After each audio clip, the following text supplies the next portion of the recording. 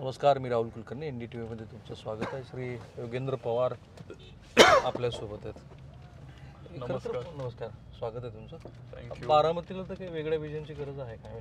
Everybody says Baramati खूप developed आहे, ते फार शिल्लक राहिलेलं नाही बारामतीमध्ये. नाही काय, तुम्ही एकतर इथं जास्त वेळ आला नसाल त्याच्यामुळे तुम्हाला ते दिसत नसेल. आणि तुमचं चॅनल पण NDTV आहे, त्याच्यामुळे जास्त काय त्याच्याबद्दल मी आता बोलणार नाही. You are free to say whatever you wanted to say. माझा अधिकार आहे. Yeah, go ahead, sir. And we have to speak in Yeah, English yeah, or yeah. it's a No, Marathi तुम्ही interview? आम्ही तिन्ही चारी लँग्वेज मध्ये करूया. तुम्ही So जसं we'll speak in English. Okay. Whatever you're comfortable with. आपण मराठीतनं स्टार्ट So- करू, मग हिंदीला घेऊ त्याच्यामध्ये. No, you spoke in English. So I आपण thought- दोन्ही मिंगल करू त्याच्यामध्ये. ठीक आहे, आपण then whatever you're comfortable with. मराठीत सुरुवात करू. ओके. सो आता जर तुम्ही इथं थोडं 10 फूट आतमध्ये जाल तर मग तुम्हाला दिसेल की अजून पण लोकांना घरं नाही आहेत राहायला, पत्र्याच्या घरांमध्ये राहतायत. एका दृष्टीने तुम्हाला इथं ब्युटिफिकेशन तुम्हाला दिसत असेल, पण काय किती तुम्ही ब्युटिफाय केलं कुठल्या गोष्टीला, जर आतमधून जर ते काय म्हणतो मोकळा असेल तर मग त्या ब्युटिफिकेशनचा काही उपयोग होत नाही. आणि जो खरा विकास जर कुणी केला असेल, शाश्वत विकास जे आपण म्हणतो, ते पवार साहेबांनी केला. आणि तसला विकास एखाद्या वेळेस आपल्याला दिसत नसेल. मोठे मोठे बिल्डिंग असतील हे तुम्हाला दिसतात, पण जे लोकांच्या शेतामध्ये जे पाणी आलं, ज्याच्यामुळं त्यांचं उत्पादन वाढलं, जो 20 टन शेती करत होता आता तो 40 टनावर गेला, त्या मार्गदर्शनामुळं ते तिथं जाऊन आपल्याला बघावं लागतं. आणि ते जर तुम्ही केलं तर मग तुम्हाला तो खरा विकास तिथं दिसेल. MIDC ला आता जर तुम्ही गेला, ती MIDC पवार साहेबांनी आणली. तिथं अनेक कंपन्या पण ते तिथं घेऊन आले. भारत फोर्ज असेल, पियाजो, डायनामिक्स. आणि त्याच्यामुळं रोजगारचा प्रश्न तिथं मार्गी लागला. तर पूर्वी आपण लहानपणापासून मी ऐकत आलोय बारामती मॉडेल. एखाद्या वेळेस विचारणार होतो की तुम्ही पण ऐकला असेल की डायनामिक्स कंपनी ही का आणली, कारण ऍग्रो बेस्ड कारखाने आले पाहिजेत. इथं दूध धंदा वाढत गेला, काहीतरी जोडधंदा असला पाहिजे शेती करत असताना. सो मग इथं गाई गुरं लोकांनी विकत घेतली, पोल्ट्री छोटे उभे केले, दूध अंडी विकून ते त्यांचं रोजचं आयुष्य ते तिथं जगतात. आणि त्या दुधाला मार्केट मिळावं त्याच्यामुळे डायनामिक्स कंपनी आणि सगळे जे आपले प्रॉडक्ट आहेत, डेअरी प्रॉडक्ट्स, ब्रिटॅनियाचे जास्त करून पनीर, बटर, चीज, हे सगळं आता आपल्या डायनामिक्सला ते बनवतात, ज्याच्यामुळं आपल्या तिथं दुधाला एक योग्य तो भाव मिळतो. आणि हे जे महत्वाचे प्रश्न आहेत ना, त्याच्यामुळं सर्वसामान्य गोरगरीब शेतकऱ्यांचं आयुष्य ते तिथं सुधारत गेलं. पण आता जे आपल्याला जे बाहेरून लोक येतात, जे त्यांना दिसतं की ब्युटिफिकेशन तुम्हाला दिसते, मोठी इमारत दिसेल, तुम्हाला असं म्हणजे वरवरचं फक्त झालेलं आहे, पण तिथं तो विकास फक्त त्या ठेकेदाराचा झाला किंवा त्या कॉन्ट्रॅक्टरचा झाला.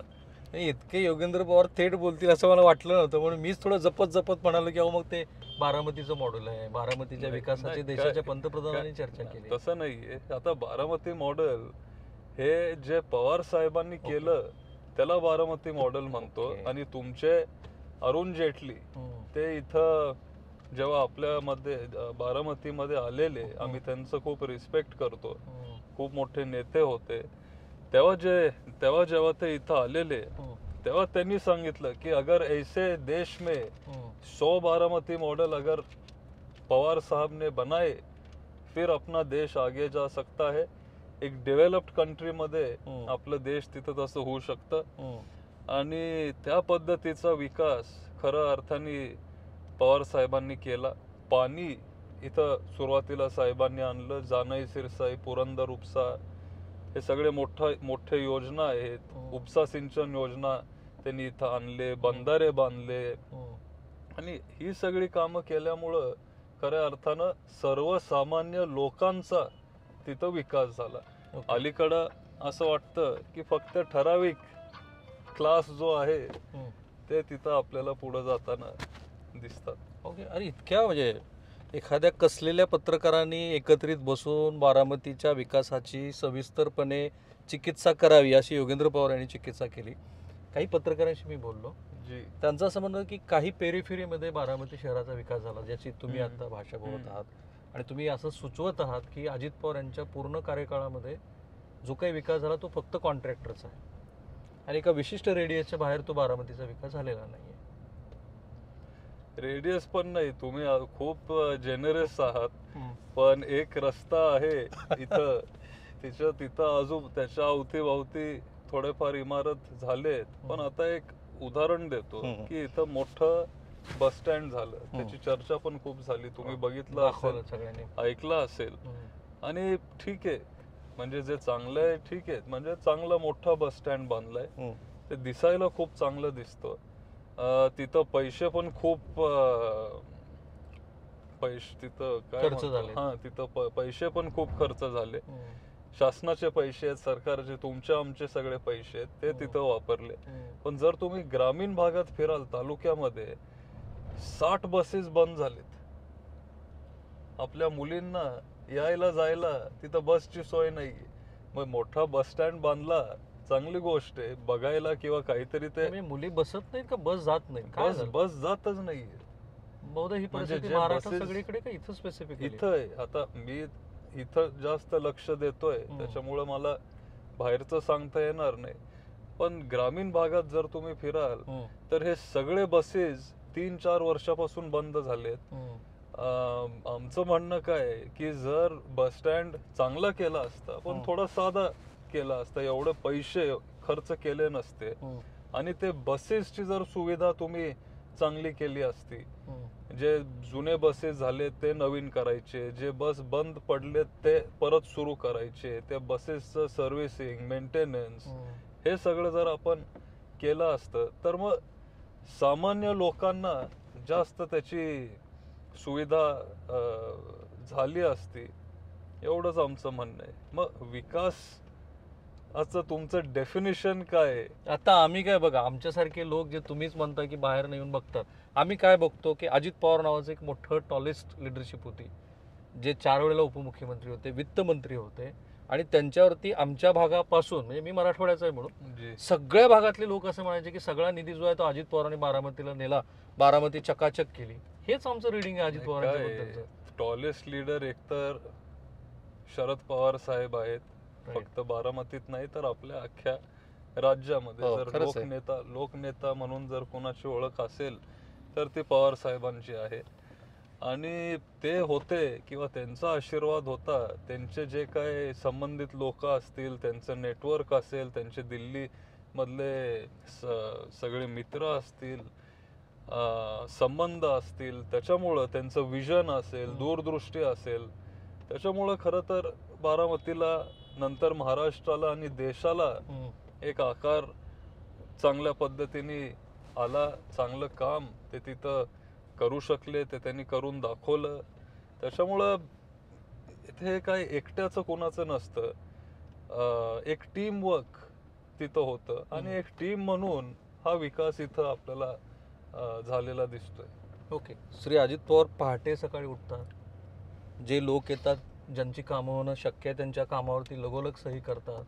बारामतीतला कुठलाही प्रश्न असेल तर त्या व्यक्तीनं मुंबईत यायचं नाही, इथपर्यंत अजित पवार यांनी नियोजन करून ठेवलेलं आहे. अजित पवारांनी पुणे जिल्ह्याचं जर संभावित विभाजन झालं तर इतक्या प्रशासकीय इमारती करून ठेवल्यात की आता काही गरजच नाही, एक सही उपविभाग काय ज्या डिव्हिजनल कमिशनरची, आणि बारामतीचा जिल्हा झाला. हे आमचं रिडिंग आहे बारामती. तसं नाहीये. काय की ठराविक लोक किंवा जे प्रोपगॅन्डा असतं ते तुमच्यापर्यंत पोहोचत असेल, पण तुम्हाला मी विनंती करतो की जे सर्वसामान्य लोक आहेत, सर्वसामान्य लोक म्हणजे लोअर मिडल क्लास असेल, मिडल क्लास असेल, त्यांच्याशी तुम्ही बोला आणि समजून घ्या की नक्की त्यांचे जे काय अडचणी असतील, जे काय त्यांचे प्रश्न असतील, ते मार्गी लागलेत की नाही लागलेत. पण काय म्हणतो, जरा सामान्य लोकांशी बोला. तुमच्या बोलण्यात मगाशीपासून 3 वेळाला तरी किमान कॉन्ट्रॅक्टरच्या संदर्भातला संदर्भ आला. तुम्ही असं सुचवताय की अजित पवारांचे कार्यकर्ते म्हणजे कॉन्ट्रॅक्टर आहेत. त्यांचे कार्यकर्ते किंवा सारखं म्हणजे अजित पवारांचं नाव सारखं घेणं हे मला योग्य वाटत नाही, कारण एकदाही मी त्यांचं नाव घेतलेलं नाहीये. तुम्ही ते ठीक आहे, कारण तेच प्रश्न तुमचे त्या- प्रतिस्पर्धी आहेत तुम्ही म्हणून. तुम्ही तो प्रश्न त्या पद्धतीने तुम्ही विचारताय. पण इथं काय झालंय, एक कॉन्ट्रॅक्टर कल्चर इथं सुरू झालंय. आम्ही म्हणजे लोकांमध्ये तशी चर्चा आहे, लोकांनीच त्यांना नाव दिलंय मलिदा गँग. हे बारामतीमध्ये खूप गाजलंय मलिदा गँग. आणि मलिदा गँग नक्की काय आहे की आता जे काही निधी इथं येतात किंवा जे काही निधी आलंय, फॉर एक्झाम्पल तुम्ही म्हणताय, तर ते सगळं निधी काय ना काहीतरी कुठल्या ना कुठल्या तरी आपल्या गव्हर्नमेंट टेंडर मध्ये जात असतं. आणि मग ते टेंडर फक्त ठराविक लोक घेतात किंवा ठराविक लोकांना ते टेंडर मिळतात. आज मी कुणाची नावं इथं घेत नाहीत किंवा तुम्हाला सांगणार नाही, पण जेव्हा तुम्ही परत शहरामध्ये जाल तेव्हा कुणालाही विचारा, 4 वेगळ्या वेगळ्या लोकांना विचारा, ते तुम्हाला तीच नावं सांगतील. योगेंद्रजी, मी गेली 25 वर्ष पत्रकारितेत आहे. जी. मी अजित पवारांशी निगडीत असलेल्या प्रत्येक घडामोडी गेल्या 25 वर्षात कव्हर केल्या. हम्म. त्यांच्या सिंचन घोटाळ्यासंदर्भात त्यांच्यावर झालेले आरोप, मी मेंढेगिरी समितीचा अहवाल ब्रेक केला, मी चितळे समितीचा अहवाल ब्रेक केला, मी विजय पांढरेंचा प्रकरण महाराष्ट्रापासून दिल्लीपर्यंत कव्हर केले. जी. अजित पवारांना मी अनेक वेळेला उलटे सुलटे प्रश्न विचारले, देवेंद्र फडणवीसांना विचारले. तसाच मी शिखर बँकेचा घोटाळा महाराष्ट्रामध्ये जितक्या एक्सटेन्सिव्हली कव्हर केला, त्यात वेगळ्या पद्धतीचे जे काही घोटाळे झाले कथित, मी दोन्ही वेळेला हा शब्द कथित वापरेल, कारण it has not been proven in any court. That's right. पण आता तुम्ही जो मलिदा गँग हा संदर्भ वापरताय ना, जी. हाच आरोप अजित पवार यांच्यावरती सिंचन घोटाळ्या संदर्भात झाला होता, की जी एक्सटेन्सिव्हली वाढून गेलेल्या सुप्रमा होत्या, सुधारित प्रशासकीय मान्यता, हे तेच लोक होते की जे अजित पवार यांच्या माध्यमातून कॉन्ट्रॅक्ट घ्यायचे आणि त्यांना कुठेतरी फायनान्शियल बेनिफिट्स व्हावा म्हणून ही कृती केली आता गेली. काय, तुम्ही खूप अनुभवी आहात, तुम्ही ज्येष्ठ पत्रकार आहात, मनाने मी खूप नवीन आणि तरुण आणि लहान आहे. त्याच्यामुळं हे सगळं जेव्हा झालं जी. तेव्हा मी खूप लहान होतो, त्याच्यामुळं त्याच्यावर भाष्य करणं मला योग्य वाटणार नाही. पण एक एक्सपोनेन्शियल ग्रोथ पण आता जे तुम्ही आता त्यांनी टेंडर इन्फ्लेट केले हे मी आता बोललो नाही किंवा तुम्हाला ते मी सांगितलं नाही. फक्त जे टेंडर आहेत ते ठराविक लोकांना मिळतात. मे बी ते प्रोसेस फॉलो करून मिळत असतील, मला माहिती नाही, कोइन्सिडन्स असू शकतो, पण तसं होतं. एक एक्सपोनेन्शियल ग्रोथ आपण जेव्हा बघतो तेव्हा त्या ग्रोथ बद्दल कधी क्युरियोसिटी असते, how it is been happening?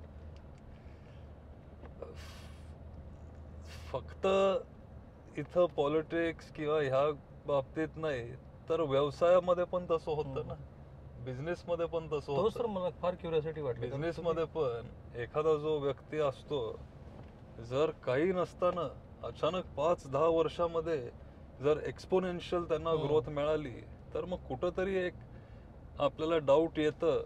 पण नेहमी ते तसं असतं असं पण नाहीये. काही काही कंपन्या आहेत, आता स्टार्टअप्स आपण बघितले, किती स्टार्टअप्स आपण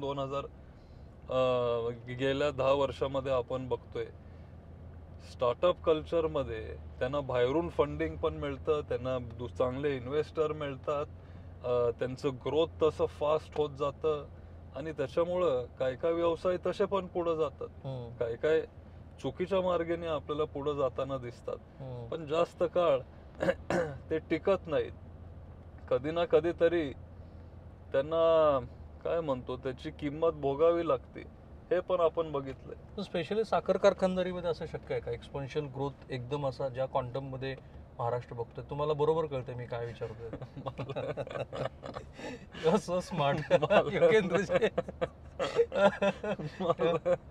मला खरंच माहिती नाहीये तुम्ही काय काय तुम्ही म्हणजे बरोबर जे टार्गेट हिट केलंय, फक्त आता इकडून व्यक्ती कशा बदलतात योगेंद्रजी? सॉरी, व्यक्ती कशा बदलतात? ज्या लहानपणापासून आपण एखाद्या व्यक्तीकडे बघत असतो त्या व्यक्तीमध्ये ग्रॅज्युअल चेंज दिसायला लागतो आपल्याला. नाही काय काय वेळेला म्हणजे कुठल्या एका व्यक्तीवर मी बोलत नाही, ते आपल्याला पण आपण पण तसं बदलत असतो. काही वेळेला तुम्ही मी पण आय थिंक परिस्थिती त्या व्यक्तीला बदलते. किंवा जे सिच्युएशन असतं किंवा ते तुमचे सर्कमस्टॅन्सेस आपण म्हणतो इंग्लिशमध्ये, की सर्कमस्टॅन्सेस एखाद्याला त्या पद्धतीने वागाय म्हणजे बिकॉज ऑफ द सिच्युएशन और because of the circumstance the person might behave in a certain way. Not only anybody particularly. It could be us also. It could be you also. I completely agree. With me also. But why did I ask असं you होत this असतं. question? की एक तुमच्याबद्दलची अशी एक धारणा आहे, आता ती सत्यता किती आहे ते तुम्ही मला सांगा, की योगेंद्र पवार यांचे वडील कुठल्या ना कुठल्या तरी कारणानं वेगवेगळ्या गोष्टीमध्ये अडचणीत आले होते. ते आपल्या सख्ख्या भावाकडे गेले, त्यांनी आपली अडचण त्यांना सांगितली, ती काही मदत त्यांच्याकडनं अपेक्षित मिळाली नाही. I am just asking you, कारण हे पण क्लॅरिटी महाराष्ट्राला येऊ दे. पण जेव्हा गुड यू आस्क. करेक्ट, आणि जेव्हा ते श्री शरद पवार यांच्याकडे गेले तेव्हा मात्र अपेक्षित अशी मदत मिळाली. नाही. एक पॉवरफुल सक्का भाऊ मदत करत नाही. अहो कसं शक्य आहे? तुम्ही विचार करा ना, जर खरंच अडचणीत असते तर त्यांच्या भावाने त्यांना मदत केली असती. साहेब तर मदत करतच आलेत, सगळे भावांनी पण मदत केली, सगळे एकमेकांना मदत करत असतात. माझ्या वडिलांनी पण मदत केली आहे. पण तुमच्या वडिलांनाही अजित पवारांनी मदत केली आहे जेव्हा गरज होती तेव्हा. जेव्हा सगळ्यात जास्त गरज होती तेव्हा साहेबांनी मदत केली. अलीकडच्या काळात मला नाही. तोच अलीकडच्या काळात नाही. ही खूप जुनी गोष्ट आहे. ह्याला आता 15-20 वर्ष झाले असतील, जेव्हा माझे वडील काय म्हणतो ग्रॅज्युअली जेव्हा सगळं सेटल करण्याचा प्रयत्न करत होते, व्यवसाय वाढवण्याचा प्रयत्न करत होते, तेव्हा खूप जास्त आपली अडचण वाढलेली, कर्ज खूप त्यांच्या डोक्यावर वाढलेलं, खूप असे म्हणजे डिफिकल्ट दिवस, अडचणीचे दिवस ते त्यांना बघावे लागले.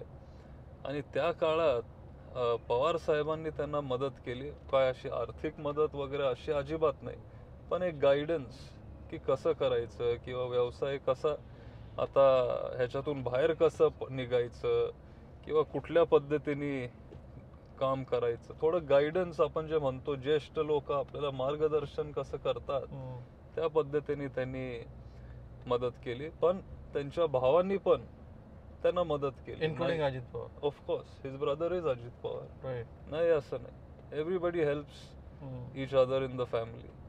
मी 2017 पासून पवार कुटुंबातल्या वेगवेगळ्या मतभेदाच्या बातम्या कव्हर करत होतो, आणि दरवेळेला ते मतभेद झाले की एकाच व्यक्तीचं नाव यायचं की ज्याने खूप यशस्वी मध्यस्थी केलेली आहे, आणि ते तुमचे वडील असायचे. So how was the relationship between Ajit It Pawar was and you? very good, very, very, very good. In fact, I'll tell you, in 2019, when that early morning Oath ceremony happened. swearing in happened, मी तर लहानपणापासून पवार साहेबांचा fan आहे, त्याच्यामुळे माझा काही कधी प्रश्न झाला नाही. पण जेव्हा ते स्वेअरिंग इन झालं तेव्हा माझे आई वडील तिथे गेलेले स्वेअरिंग इन साठी, आणि तेव्हा पण मी त्यांना सांगितलं की मी काय येणार नाही, मी पवार साहेबांसोबत आहे. ही तेव्हा पण तशीच भूमिका होती. वय तुमचं तेव्हा किती 25-26 असेल, कारण मी साहेबांसोबत लहानपणापासून मी साहेबांसोबत आहे. काय आणि जेव्हा सगळे एकत्र होते तेव्हा सगळ्या कुटुंबाला माहिती होतं की हा तर साहेबांबरोबरच असतो, त्याच्यामुळं कुटुंबासाठी हे काही सरप्राइझिंग नव्हतं. पण बाहेरच्या लोकांना ते कुठंतरी वेगळं वाटलं असेल की अरे हे असं कसं काय. पण फॅमिलीसाठी किंवा जे मला बघत आले त्यांच्यासाठी हे काही जास्त सरप्राइझिंग नव्हतं. साहेबांनी मला एकदा पण विचारलं नाही की तू कुणाबरोबर आहेस किंवा कुठली बाजू घेतली आहे. इट वॉज म्हणजे अंडरस्टूड ऑलवेज. युगेंद्र, मी जेव्हा अजित पवारांच्या बाजूने बघतो, म्हणजे त्यांची सगळी भाषणं, त्यांचं क्लॅरिफिकेशन बघतो, मला काय दिसतं की ज्या सगळ्या वाईट गोष्टी करणं हक्क असतं राजकारणामध्ये ते अजित पवार यांनी केलं. म्हणजे पवारसाहेब इकडे भारतीय जनता पार्टीशी बोलत होते, चर्चाही करत होते, तेच पाठवत होते भारतीय जनता पार्टीकडं. अगदी मग सगळ्यांनीच कशा, ते सगळा इतिहास तुम्हाला माहीत. सो मी जेव्हा अजित पवारांच्या पर्स्पेक्टिव्हने बघतो तेव्हा असं मला दिसतं की Ajit Pawar is a very innocent guy, की त्यांना राजकारणात आपण दिलेला शब्द पाळायचा असतो, भावना महत्त्वाची आहे हे ते जास्त बघतात. आणि Sharad Pawar is a more practical person. हे असं नाही आहे. हे अजित पवार हे बदनाम झाले वेगवेगळ्या गोष्टीमुळं. खरं तर शरद पवारांनीच त्यांना ती कृती करायला लागली. हे सुतोवाच करतात ते वारंवार. नाही, तसं नाहीये. म्हणजे तुम्ही एक एक्झाम्पल द्या ना, म्हणजे हे बघा clearly. 2014ला जेव्हा मतमोजणी सुरू होती तेव्हाच प्रफुल्ल पटेलांनी येऊन प्रेस कॉन्फरन्स घेतली. 2017ला अजित पवार असं म्हणतात की आमचं आणि भाजपचं ठरलंच होतं, शेवटच्या क्षणाला भाजपनं स्टँड घेतला की आम्हाला शिवसेनेबरोबर जाणं नाही. आत्ताही ते म्हणतात की जेव्हा हे सगळे गुवाहाटीला गेले होते तेव्हा पवार साहेबांना विचारूनच आम्ही सगळी मंडळी गेलो होतो आणि विधिमंडळात बसलो होतो. त्या कक्षाचं नाव पण अजित पवार हो, पण आता ह्याच्यावर क्लॅरिफिकेशन साहेबांनी स्वतः दिलंय. काय आहे, आपण जेव्हा निगोशिएशन करत असतो, एकतर मला माहिती नाही, मी खूप म्हणजे छोटा कार्यकर्ता आहे, हे सगळे म्हणजे वरच्या लेवलचे सगळे प्रश्न आहेत आणि मी त्या टॉक्स मध्ये पण नव्हतो, त्याच्यामुळं काय त्याच्यावर बोलणं योग्य राहणार नाही. पण जेवढं थोडंफार मला जे त्यातलं कळतं किंवा कुठल्याही गोष्टीतलं, की जेव्हा आपण निगोशिएशन करतो तेव्हा चर्चा आपण सगळ्यांसोबत करत असतो. आणि negotiation, only doing talks does not mean that you have to partner with somebody. तुम्ही बोलू शकता, चर्चा करू शकता, निगोसिएशनचा एक भाग असेल, असा माझा अंदाज आहे.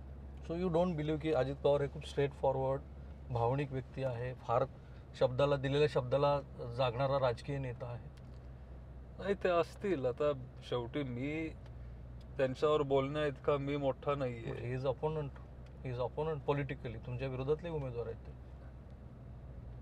नाही, ठीक आहे, आता विरोधात जरी उमेदवार असतील तरी ते एकटे नाही आहेत, अजून ते आणि 35 उमेदवार आहेत. पण तुम्ही सतत त्यांच्यावर प्रश्न विचारता, त्याच्यामुळे मी त्यांच्याबद्दल बोलतोय. पण आज बारामतीत 36 उमेदवार आहेत, ते सगळेच ओपोनंट आहेत. योगेंद्र पवार यांचं बारामती बद्दलचं विजन काय?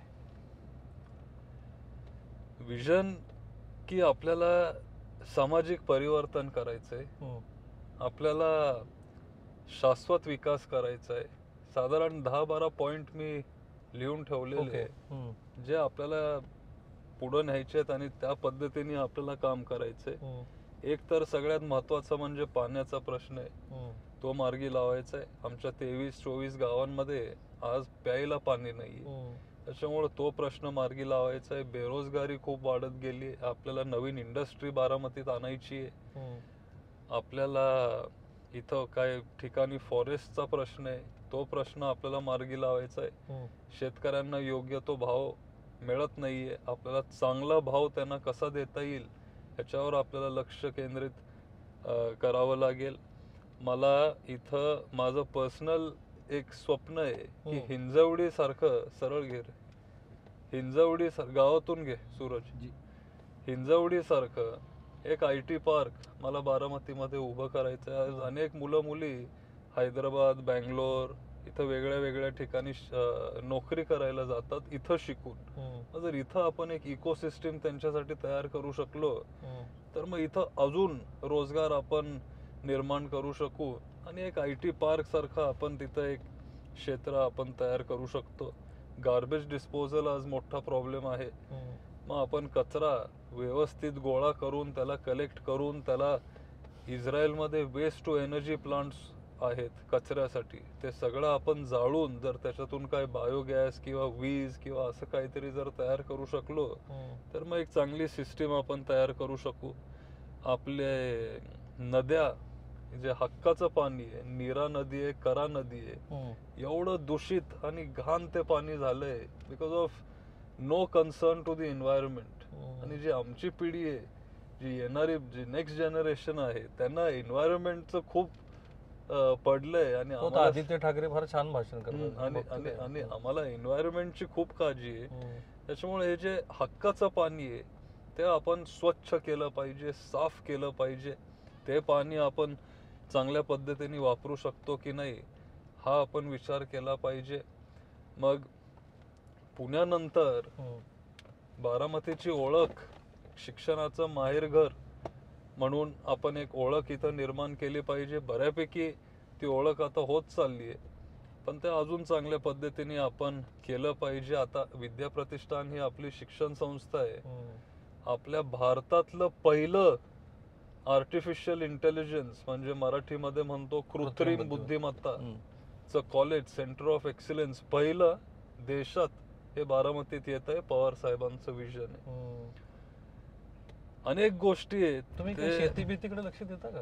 हो, ऑफकोर्स केव्हीकेच्या माध्यमातून आपण शेतकऱ्यांसाठी काम करतो. माझी स्वतःची एक संस्था आहे, संस्थेचं नाव आहे मोर्फा.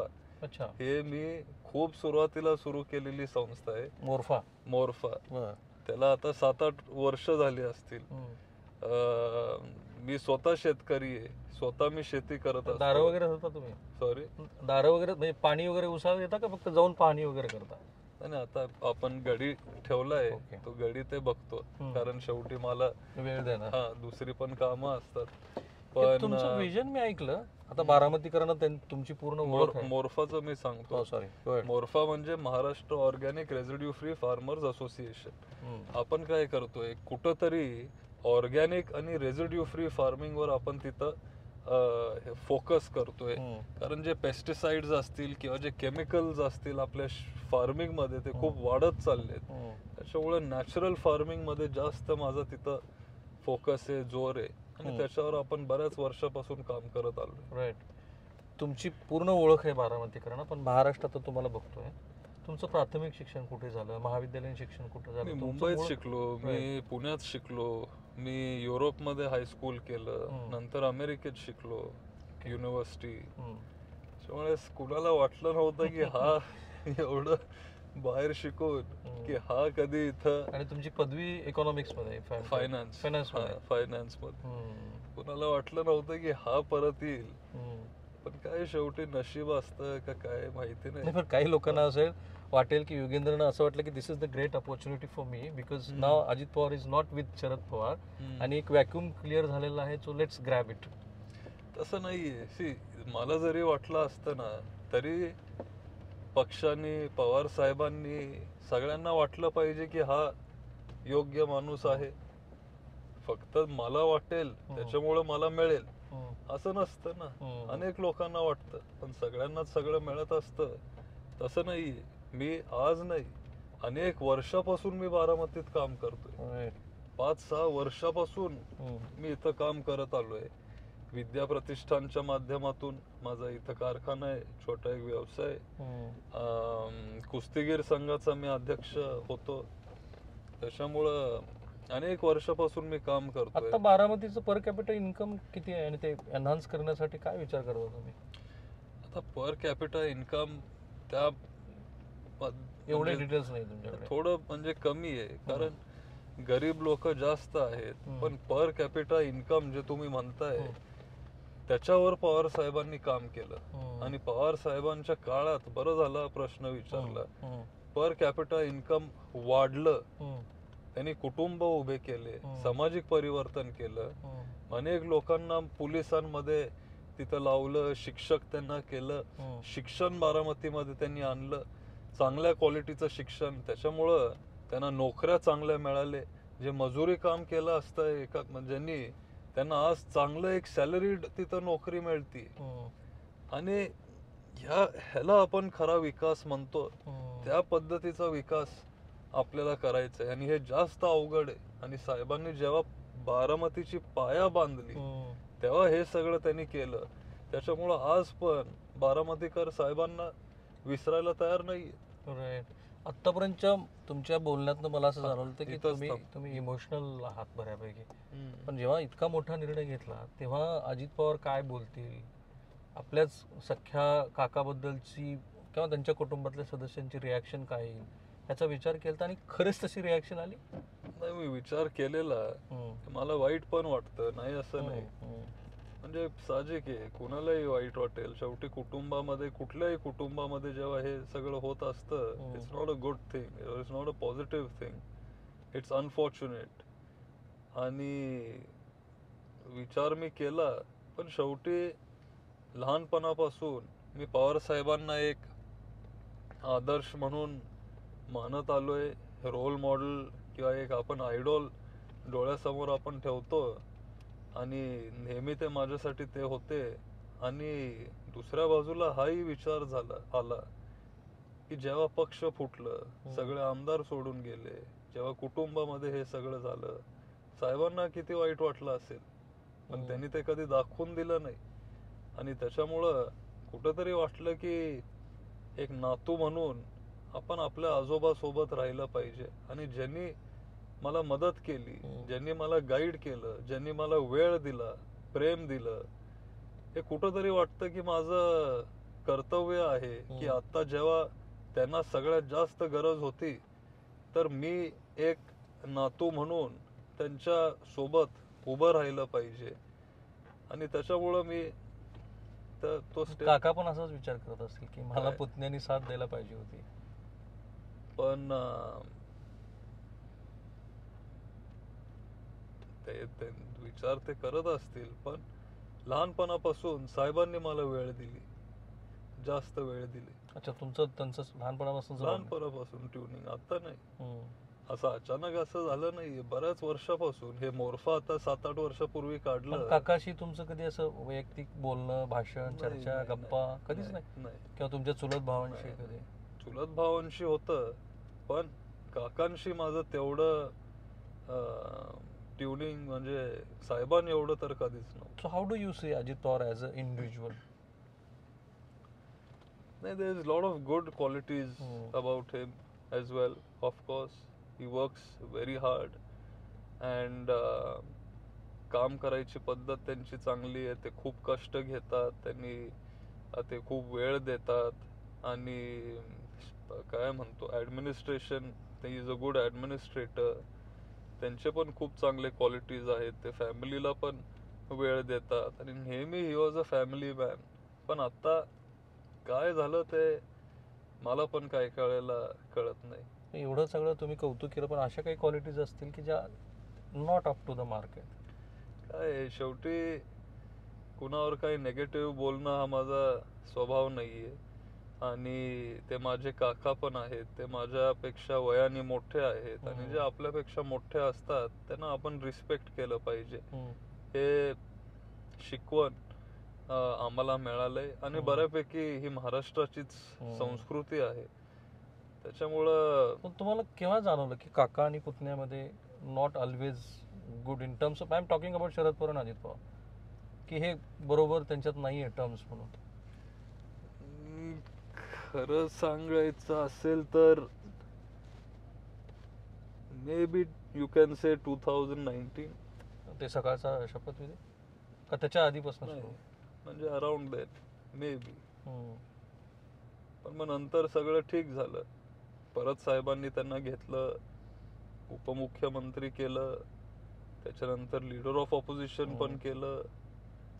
त्याच्यामुळे मला वाटलं की आता ठीक आहे, सगळं परत बॅक टू नॉर्मल होऊन जाईल. अनफॉर्च्युनेटली तसं नाही झालं. तेव्हा तुमच्या वडिलांनी काही मध्यस्थी केली होती शरद पवार आणि अजित पवारांमध्ये समेट घडून आणतात का? आम्ही बघायचो की कायम तुमच्या वडिलांचाच त्यात नाव यायचं की ह्यांनी मध्यस्थी केली. नाही, असं मध्यस्थी किंवा असं म्हणणार नाही, पण शेवटी एक भाऊ म्हणून नेहमी ते त्यांच्या मोठ्या भावासोबत राहिले, नेहमी. आणि नेहमी ते त्यांना एक सपोर्ट करत राहिले, साथ देत राहिले. पण जेव्हा लोकसभेला जे काय झालं, घरातलाच उमेदवार जेव्हा दिला, ते पण सुप्रिया त्यांच्या विरोधात. सुप्रिया हे ह्यांची खूप लहान बहीण आहे, त्यांच्यापेक्षा 10 वर्षांनी ते लहान आहेत. पण त्याची माफी पण मागितली त्यांनी, चूक झाली म्हणाले ते. तो त्यांचा प्रश्न आहे. पण सगळं होऊन झाल्यावर शेवटी काय म्हणतो ते. आता ते म्हणाले की आईनं पण सांगितलं, तुम्ही तुमच्या आजीने सांगितलं तुम्ही नका करू असं म्हणून. तसं नाहीये. आणि शेवटी माझं आणि आजींचं एक वेगळं नातं आहे. हे माझी आजी आहे, लहानपणापासून मी त्यांच्या पण खूप जवळ आहे. आणि मोर्फा असेल, दुसरे कामं असतील, कुस्तीगीर संघ असेल, इथं लोक मला भेटायला यायची, भेटतात. आजींना नेहमी खूप आनंद वाटायचा.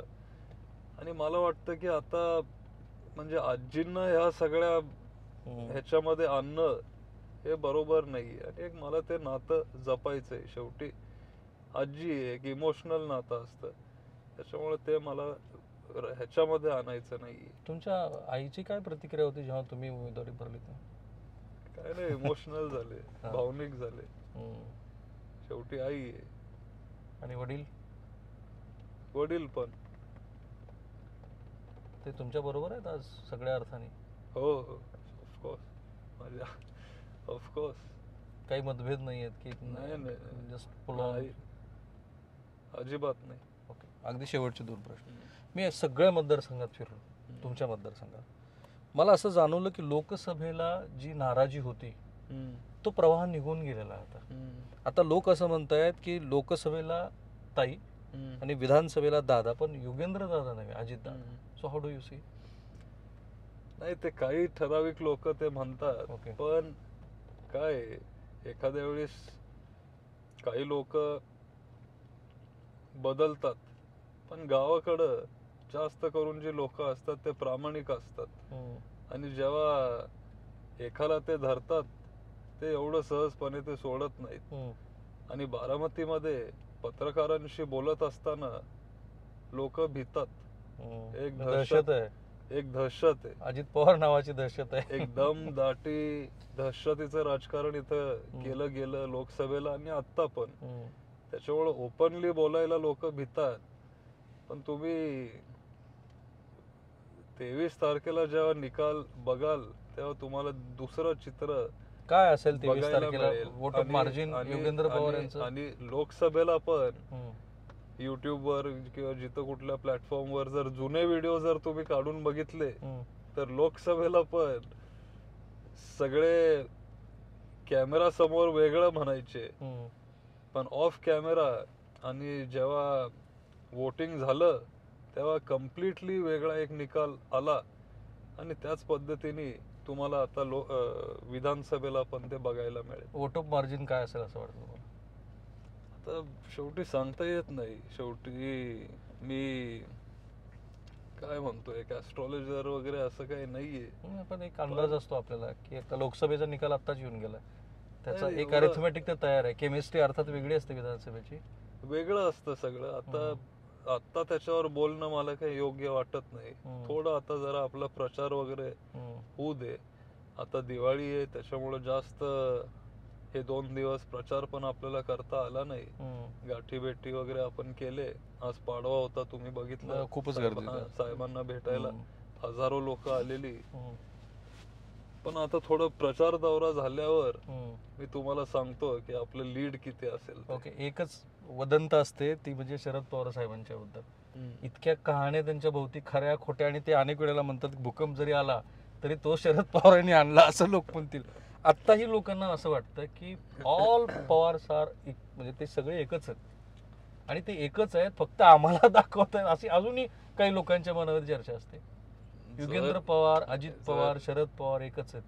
नाही, पण काय कारणच काय? आणि जर खरंच आम्ही सगळे जर असं असतो तर मग एखाद्या वेळेस काय म्हणजे आम्ही हे क्षेत्र सोडून दुसरं कुठलं तरी कला किंवा नट क्षेत्रात जर आम्ही काम केलं असतं तर मग एखाद्या वेळेस